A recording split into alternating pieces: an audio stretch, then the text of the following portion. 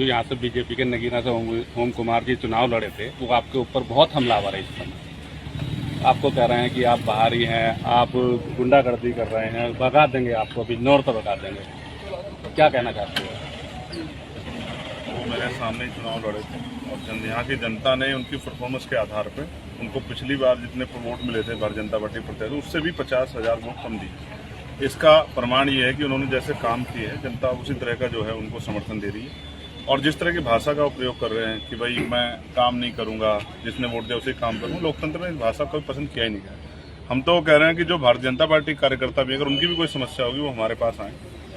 हमारे जो यहाँ लीडर लोग हैं, प्रतिनिधि लोग हैं, हमारे जिले की टीम है, अगर भाजपा के लोग भी अपने लोग काम नहीं करा पा रहे, किसी को जायज परेशानी है, तो हमारे पास हम उनका काम कराएंगे। और वो अभी मैं सदगुरु रविदास जी महाराज से प्रार्थना करूंगा कि उनको सद्बुद्धि मिले और गुस्सा छोड़ के, वो तो सम्मानित पद में विधायक है, तो विधायक के अपनी विधानसभा के जरिए काम करे लोग, उनको तो अवसर थे।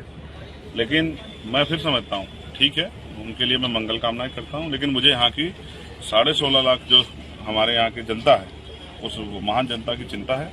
और उसी के लगातार मैं सभी मंत्रालयों में और पार्लियामेंट में भी मैंने तमाम इशू उठाए कि भाई हमारे यहाँ ना अच्छे हॉस्पिटल हैं, ना अच्छे कॉलेज हैं, ना अच्छी यूनिवर्सिटियाँ हैं, ना स्पोर्ट कॉलेज है, ना ही जो पर्यटन का क्षेत्र है, ना ही जो उद्योग धंधे लगे हैं, तमाम तरह की परेशानियाँ, बाढ़ की परेशानियाँ हैं। तो मैं अभी 1-2 दिन बाद ही जो है जल मंत्री जी से मिलकर जो है कोशिश ये करूँगा कि यहाँ जो बाढ़ की समस्या है, इस पर जो इसका उचित उपाय हो, क्योंकि बाढ़ से हर बार परेशानी होती है। पैसा भी आता है, लेकिन वो पैसा फाइलों तक, नेताओं तक सीमित रह जाता है, वो जमीन पे नहीं लगता।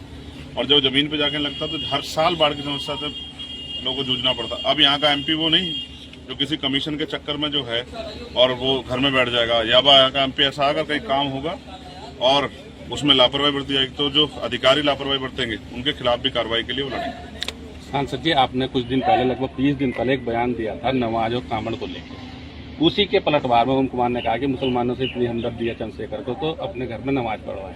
इस पर क्या कहेंगे आप? पढ़वा लेंगे, उनका दिल छोटा है, हमारा दिल छोटा थोड़ा ही है।